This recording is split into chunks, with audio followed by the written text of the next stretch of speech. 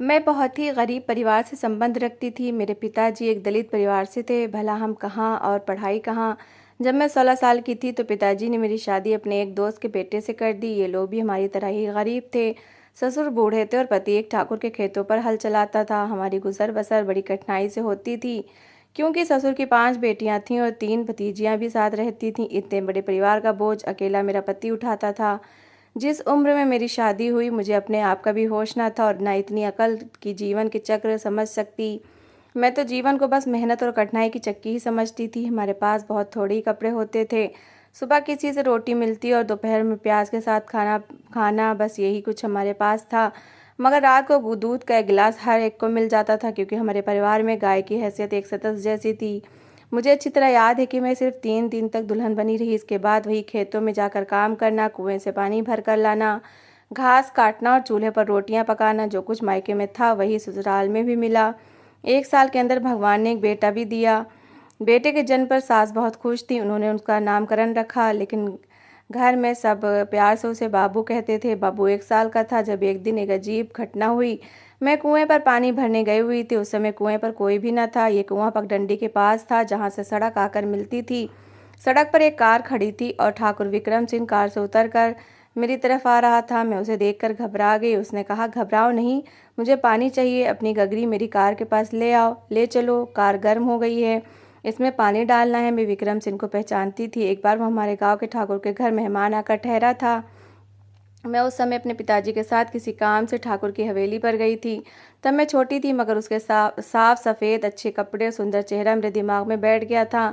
मैं उसकी पर्सनालिटी से बहुत पहले बचपन में ही प्रभावित हो गई थी।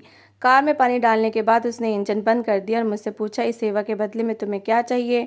मैं चुप खड़ी अपना पल्लू उंगलियों से मरोड़ती रही। तो वो बोला, कार में बैठोगी, सैर करोगी। ये कहकर उसने अपनी कार का दरवाज़ा खोला और बैठने का इशारा किया। मैं भी ऐसे उसकी गाड़ी में जा बैठी जैसे किसी ने जादू कर दिया हो। विक्रम सिंह ने गाड़ी चला दी और फिर न रुकी। मैं उसे पसंद आ गई थी। उसने उसी पल तय कर लिया था कि जो भी हो वो मुझे हासिल करके रहेगा। वो मुझे लेकर अपनी हवेली पर आ गया। वो बहुत बड़ा जमींदार था। मेरे रिश्तेदार वाले, चाचा, ससुर और पति, किसी में भी हिम्मत ना थी कि उसके रास्ते में आते। उन्होंने थाने में रिपोर्ट दर्ज कराने की कोशिश की तो थाने वालों ने उन्हें आंखें दिखाकर भगा दिया। ये सारा इलाका ठाकुर विक्रम सिंह का था। भला कौन उसके खिलाफ रिपोर्ट लिखता। थाने वालों के लिए ये कोई नई बात ना थी कि एक बड़ा जमींदार एक गरीब दलित लड़की को अपने घर में उठा ले गया था। विक्रम सिंह की हवेली देखकर मैं तो हैरान रह गई। इतना बड़ा और शानदार घर मैंने कभी सपने में भी ना देखा था। उसकी पत्नी बांझ और बीमार थी। जीवन का चक्र घूम चुका था। विक्रम सिंह को बच्चे की इच्छा थी। उसने मुझसे मेरा नाम पूछा और कहा, गौरी, देखो तुम मेरे घर में कदम रख चुकी हो। तुम्हारा वापस जाना अब मेरी बेइज्जती है। यह संभव है। मैं तुम्हें मजाक में नहीं लाया। मुझे पहली नज़र में ही तुम भाग गई। तुमसे मैं शादी करूंगा, ये तुम्हारे लिए बड़ी इज्जत की बात होनी चाहिए। मगर एक कठिनाई है, तुम्हारा बेटा, उसे तुम्हें भुला देना होगा। मैं उस आदमी से क्या कहती, जबकि वो तो ताकतवर था और मैं कमज़ोर। वो जो कह रहा था उसे वो ज़बरदस्ती से भी मनवा सकता था। ये तो मेरा सौभाग्य था कि उसने मुझे पत्नी बनाने का इरादा किया। अगर वह ऐसे ही अपना दिल बहलाकर छोड़ देता, तब भी मैं या मेरे माँ बाप उसका कुछ न बिगाड़ सकते थे। मेरे ससुर, पिताजी और पति को बुलवाकर उसने अपना फैसला सुना दिया और मेरे पति को हुक्म दिया कि वह मुझे तलाक लिख दे। ये सब जानते थे कि अगर उन्होंने सीधे तरीके से ठाकुर विक्रम सिंह की बात ना मानी तो वह उनके साथ क्या कर सकता है। मेरे परिवार वालों ने उसके लिए खिलाफ जाना संभव ही नहीं था। उन्होंने विक्रम सिंह का प्रस्ताव स्वीकार कर लिया। विक्रम सिंह ने मेरे बदले मेरे परिवार वालों को कुछ पैसा भी दिया और मेरे पति से मेरी तलाक करवा दी। अब विक्रम सिंह मुझसे शादी कर सकता था। मैं कमसिन थी और वो उम्र में मुझसे काफ़ी बड़ा था। उसका रौब मुझ पर ऐसा सवार था कि वो जो कहता मैं बगैर कुछ कहे उसकी बात मान लेती। शादी के बाद उसके घर में मेरी जो हैसियत हुई उसका तो मैं सोच भी नहीं सकती थी। मैं सारे घर की मालकिन थी। विक्रम सिंह मुझ पर जान निछावर करता था। उसने मुझे सोने से पीला कर दिया। मैं जो कड़ी धूप में खेतों में जलती थी, आज ठंडी हवेली में सुकून और आराम की नींद सोती थी और नौकरानियां मेरे आगे पीछे फिरती थी। मैं सचमुच भिखारिन से रानी बना दी गई थी। भला किसी गरीब लड़की के भाग्य ऐसे भी बदल सकते हैं। शायद करोड़ों में कोई ऐसी ही एक होती होगी। मैं जितना अपने आप को भाग्यशाली समझती उतना कम था। मैं गरीबी के दलदल से निकलकर विक्रम सिंह जैसे बड़े आदमी की इज्जत बन गई थी और उसके प्यार की छांव तले आ गई थी। मेरे मायके वालों ने मुझसे फिर कोई नाता न रखा। एक माँ थी जिसने मेरा साथ ना छोड़ा, वो चोरी छुपे मिलने आ जाती और कभी कभी मेरे बेटे बाबू को भी अपने पल्लू की ओट में लपेट कर ले आती थी। जब तक मैं विक्रम सिंह के बच्चे की माँ न बनी, विक्रम ने मेरी माँ के आने जाने पर कोई आपत्ति न की। लेकिन जब उसके घर में मैंने पहले बेटे को जन्म दिया तो फिर उसने मुझे कह दिया कि मुझे अपने मायके से अब कोई संबंध नहीं रखना, खास तौर पर पहले पति के लड़के से। उसकी इस घर में कोई जगह नहीं है। पहले मैं सिर्फ विक्रम सिंह की पत्नी थी, अब उसके बेटे की माँ बन चुकी थी और ये बेड़ी बाकी सब बेड़ियों से ज़्यादा मजबूत थी। अब मैं बाबू को याद करके तड़पती थी, मगर उससे मिल नहीं सकती थी। वो मेरा बेटा था, मैं उसे कैसे भूल सकती थी। मेरा एक बेटा तो सोने में के पालने में झूल रहा था और दूसरे को ज़मीन के पर बिछाने के लिए चादर का टुकड़ा भी नहीं था। मैं बाबू के लिए चोरी छुपे कुछ ना कुछ पैसे भेजा करती थी, पर इससे मुझे संतोष न होता था। वो हर समय याद आता था। उससे जुदाई का मुझे बहुत दुख था, लेकिन इससे भी ज़्यादा दुख तो इस बात का था कि वो गरीबी की आग में जल रहा था और मैं मखमल के बिस्तर पर सोती थी। शायद कुछ दुख भाग में अटल होते हैं, चाहे जितनी भी खुशियाँ मिल जाएं, कुछ दुख हमेशा साथ रहते हैं जब तक सांस चलती है। ऐसा ही दुख मुझे अपने बेटे बाबू की जुदाई का था। जिंदगी के दिन बीतते रहे। विक्रम सिंह की हवेली में मुझे हर तरह का सुख और आराम मिला। उस इंसान ने कभी कोई दुख ना दिया। मेरी हर इच्छा उसने मेरी पूरी की। मैंने भी उसके हर आदेश का पालन किया। एक अच्छी पत्नी बनकर इसके दिल को सुकून और आराम पहुंचाया। यहाँ तक कि बाबू को भी भुला दिया और अपनी ममता को भी मौत की नींद सुला दिया था। विक्रम सिंह के घर में मैंने 4 बेटों को जन्म दिया। मेरे काले बाल समय की धूप में अब सफ़ेद हो गए। विक्रम सिंह ने सारी ज़मीन अपने जीवन में ही मेरे नाम कर दी। वो मुझसे कहा करता था, क्या पता कल को तेरे लड़के तुझसे वफा करे या ना करे, इसलिए मैं जायदाद उनके नाम नहीं करूँगा, मेरे बाद तो खुद उनमें बंटवारा करती रहना। विक्रम सिंह उम्र में मुझसे काफ़ी बड़ा था। वो मुझसे पहले ही मौत की गोद में सो गया। उसके मरने के बाद पता चला कि अकेलापन और बेचारगी क्या चीज़ होती है। जब तक वो जिंदा था किसी बात पर पाबंदी न थी। मेरे सब बेटे अपने अपने जीवन और खुशियों में गुम थे। इन्हें मेरे अकेलेपन का ज़रा भी एहसास न था। बड़ा बेटा शादी करके अलग हो गया और कभी कभार ही मेरे पास आता। उससे छोटा भी अपनी पत्नी का गुलाम बन गया। तीसरा दिल्ली में पढ़ता था और चौथा सबसे छोटा बेटा घर पर ही रहता था। मगर घर बार और कामकाज से कोई रुचि न थी। वो सारा दिन कार लेकर घूमा करता और अक्सर रातों को घर से गायब रहता। दोस्तों ने उसका दिमाग ख़राब कर दिया था। किसी की परवाह न करता और मुझसे भी सीधे मुंह बात ना करता। पढ़ाई से उसे कोई रुचि न थी। हाई स्कूल भी उसने बड़ी मुश्किल से पास किया। जितना सुख मुझे विक्रम सिंह की दौलत और प्यार से मिला, उतना ही दुख उसके बेटों ने पहुंचाया। मुझे इन चारों से बहुत प्यार था। ये मेरे जिगर के टुकड़े थे। अब मैं बूढ़ी हो चुकी थी। चारों बेटे विक्रम सिंह की तरह कद काट के और जवान थे। मैं उन्हें देखकर जीती थी। दिल यही चाहता था कि एक पल के लिए भी ये मेरी नज़रों से ओझल ना हो। मेरा इनके सिवा कौन था। मायका छोड़े काफ़ी समय बीत चुका था। विक्रम सिंह की हवेली में मेरे मायके वालों के लिए जगह कहाँ थी। मैं उनके लिए और वो मेरे लिए मर चुके थे। दौलत के फ़र्क ने सारे रिश्ते नाते काफ़ी समय पहले ही तोड़ दिए थे। जब तक विक्रम सिंह जिंदा रहा उसने मुझे अकेलेपन का एहसास न होने दिया।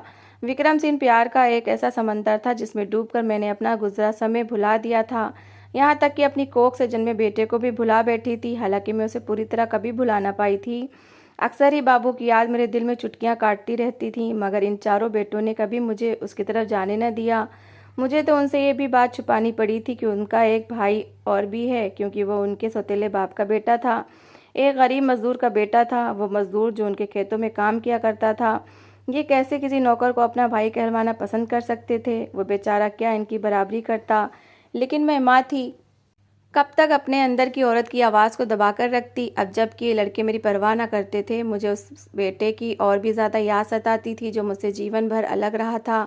मेरी कोई बेटी भी ना थी जो दुख बांटती। बड़े बेटे जो शादीशुदा थे वो कभी कभार त्यौहार पर पल दो पल के लिए आ जाते, वरना उनके घर भी दूर थे, मैं वहाँ जा नहीं सकती थी। विक्रम सिंह का कहना था कि तुम कभी बहू की चौखट पर खुद चलकर ना जाना, इससे तुम्हारी इज्जत में कमी आएगी और वो किसी दिन तुमसे बदतमीजी भी कर देंगी। दोनों बेटे हमेशा उस समय मेरे पास आते जब उन्हें पैसों की ज़रूरत होती। बैंक से रुपया निकलवाने के लिए मेरे सिग्नेचर ज़रूरी थे, बस उसी पल वो मेरे आगे पीछे घूमते थे, वरना वो मेरे दुख सुख के साथी नहीं थे। कुछ दिनों से मुझे बाबू की बहुत याद आ रही थी। जब तक विक्रम सिंह जिंदा रहा मैं उससे ना मिलने पर मजबूर थी, क्योंकि वो किसी गरीब नौकर से मेरा रिश्ता बाकी ना रहने देना चाहता था। लेकिन अब मैं आज़ाद थी। अब तो हर समय यही जी चाहता था कि किसी तरह पर लग जाए और मैं उड़कर बाबू के पास जा पहुंचूं। आखिरकार एक दिन मैंने अपने सारे बेटों को बता दिया कि मैं अब तुम्हारे भाई बाबू के बगैर नहीं रह सकती और उससे मिलना चाहती हूँ। मेरा ये कहना था कि सारे लड़के हैरान हो गए और गुस्सा होने लगे और कहा कि मैं ऐसी बात थी मुँह से ना निकालूं जो उनके परिवार की शान के खिलाफ हो। मैं उदास हो गई, सोचा कि इस तरह तो कभी अपने बाबू से ना मिल सकूंगी, इसलिए मैंने सबसे छुपकर ही बाबू से मिलने का प्लान बनाया। जब पहली बार उसके सामने गई तो वो हक्का बक्का रह गया, जल्दी से चारपाई से उठकर मेरे पैरों में बैठ गया। उसके आंसू मेरे पैरों पर गिरने लगे। वो इतना रोया कि मेरा आंचल तर हो गया। बड़ा दुख हुआ उसकी हालत देखकर। मेरी ममता ने खुद से शर्मा कर मेरे ही साड़ी के पल्लू में मुंह छुपा लिया। कैसी माँ थी कि इतने लंबे समय तक अपने जिगर के टुकड़े को भुलाए रही, मगर बाबू ने मुझे एक पल को ना भुलाया। भीगी आवाज़ में उसने बताया कि मेरी हवेली के उसने हज़ारों चक्कर काटे, मुझसे मिलने को बड़े जतन किए, ठाकुर के खेतों पर नौकरी करने की कोशिश की, सिफारिशें कराईं, मगर विक्रम सिंह ने कभी उससे खेतों तक भी ना पहुंचने दिया। मेरे बुरे नसीब के वो मुझसे न मिल सका। माँ, मैं तो तेरी सिर्फ एक झलक देखने को अपनी जान दे सकता था। वो सिसक कर रो रहा था और मेरे दिल के हर जख्म पर, उसकी हर सिसकी पर खून के आंसू रो रहा था। उस दिन मैं भी जी भर कर रोई थी। वो मुझे जाने ना देता था, बार बार पैर पकड़कर कहता, माँ भगवान के लिए अब तू ना जा, मेरे दिल में भी ये बड़ी हसरत है कि तू अब मेरे ही साथ रहे और मैं उम्र भर तेरे कदमों में बैठा रहूं, आखिरी दम तक तेरी सेवा करूं। माँ, मैं गरीब ज़रूर हूँ लेकिन हूँ तो तेरा ही बेटा। तेरे लिए इतना कमा कर लाऊंगा कि तू आराम से ज़िंदगी के बाकी दिन गुजारेगी। बाबू का प्यार, उसकी बातें, उसकी हसरतें और भोलापन, हर बात मेरे दिल में उतर रही थी। उसके मैले कुचैले फटे पुराने कपड़े और खुदरे हाथ पैर, उसका देहातीपन, हर चीज़ मेरे सीने में ज़ख्म डाल रही थी। मेरे चारों बेटे तो ऐशो आराम में थे, हर एक के पास अपनी गाड़ी, अपना मकान, अपनी ज़मीन थी, मगर मेरे इस बेटे के तन पर कपड़े तक अच्छे न थे। मैं इसके दुर्भाग्य पर हैरान थी कि जिसने बाबू से माँ का प्यार छीन लिया था, जिसे अब इतनी मेहनत के बाद भी पेट भरकर खाना नसीब न था, बड़ी मुश्किल से उसने मुझे जाने दिया। दूर तक छोड़ने पीछे आया, बार बार हाथ जोड़कर कहता कि माँ, भगवान के लिए मुझसे दूर न जा, मेरी गरीबी से ना डर, मैं इतनी मेहनत करूँगा कि तू सुखी रहेगी। मैं घर लौटी तो मेरे बेटे मुझसे दो दो हाथ करने आ गए। उन्हें पता चल गया था कि मैं बाबू से मिलने गई थी। सबने ही मुझसे झगड़ा किया और अपनी जायदाद मांगी जो उनका बाप मेरे नाम कर गया था। वो अब मेरा अधिकार भी मुझे देना नहीं चाहते थे। शायद उन्हें यह डर था कि मैं कहीं अपने हिस्से की जायदाद बाबू को न दे दूं। मैंने बगैर किसी बहस किए ये भी इन चारों में बांट दी, क्योंकि ये ज़मीन उनके बाप की थी, मेरे बाद भी ये इन्हीं को मिलना था। इसके बाद उन्होंने फैसला सुना दिया कि मैंने क्योंकि उनकी इज्जत का ख्याल नहीं किया और अपने बेटे के घर चली गई। लोगों को भी पता चल गया कि उनका सौतेला भाई भी कोई है, जिसके बाद उनकी बहुत बेइज्जती हुई है, इसलिए वो अब मेरे पास नहीं आएंगे। मुझे बड़ा धक्का लगा। मेरे अपने बच्चे जिनको मैंने जन्म दिया, पाला पोसा, आज दौलत के घमंड में मुझे ही आंखें दिखा रहे थे, इसलिए कि मैं हमेशा के लिए बाबू को भूल जाऊं और कभी दोबारा उससे मिलने की हिम्मत ना करूं। वो ये भी भूल गए कि जैसे मैं इनकी माँ हूँ वैसे ही उसकी भी हूँ। अब जबकि मैं अपने पहले बेटे से मिल चुकी थी, ममता की मुरझाई कोपल फिर से ताज़ा हो गई थी। अब मैं उससे मिले बगैर नहीं रह सकती थी। मैंने भी फैसला कर लिया कि जवानी मैंने अपने इन बच्चों को दी जो विक्रम सिंह के बच्चे थे, तो बुढ़ापा अपने गरीब बेटे को दूंगी। मैंने फिर भी दिवाली के दिन का इंतज़ार किया। जब दिवाली के दिन भी ये चारों मेरे पास ना आए तो दिल बुरी तरह से टूट गया और फिर मैंने विक्रम सिंह के घर को छोड़ देने की तैयारी कर ली। जो नकदी और गहने थे वो मैंने इन लड़कों की ताऊ जी को बुलाकर उनके हवाले किए कि चारों में बराबर बांट दें, ताकि मेरे बाद वो इन चीज़ों के लिए भी ना लड़ते रहें। मेरा तीर्थ यात्रा करने का इरादा है और ज़िंदगी मौत का पता नहीं। उन्होंने ऐसा ही किया और फिर सारे गहने और नकदी भी चारों बेटों को पहुँच गई। मैं 2 जोड़ों कपड़ों के साथ बाबू के घर आ गई और फिर हम तीर्थ यात्रा पर चले गए। मेरे बेटे ने कुछ पैसे अपनी मेहनत से जमा किए थे, वो अपने पैसों से मेरे साथ गया। बाबू अकेला रहता था, उसका बाप मर चुका था। अब उसे मेरी और मुझे उसकी ज़रूरत थी। मैं जानती थी कि विक्रम सिंह की औलाद होने के नाते वो इस गरीब को कभी अपना भाई स्वीकार नहीं करेंगे, क्योंकि वो बाबू की ज़ात और गरीबी को अपनी इज्जत पर धब्बा समझते थे। इसलिए मैं खुद उन्हें बाबू से दूर रखना चाहती थी। बाबू ने बाप की ज़मीन और घर बेच दिया और हम शहर आए। यहाँ उसने मेहनत मजदूरी की और अपनी ईमानदारी की कमाई से मेरा पेट पालने लगा। मुझे लगता था कि मेरे लड़के ज़रूर एक दिन खुद मुझसे मिलने आएंगे, मगर वो नहीं आए। उनकी जुदाई का दुख ज़रूर है, लेकिन अब मुझे अपनी ममता की दौलत अपने गरीब बेटे पर निछावर करनी है, ताकि मैं इसके कच्चे घर में इज्जत और सुकून से मर सकूं। ये भी है कि एक खोया हुआ बेटा मिल गया, लेकिन मेरे 4 बच्चे खो गए। पहले मैं बाबू के लिए बेचैन थी, अब उनके लिए बेचैन रहती हूँ। औरत की भी क्या किस्मत है, उसे कहीं सुकून नहीं, खुशी भी हो तो बच्चों का कोई ना कोई दुख लगा ही रहता है।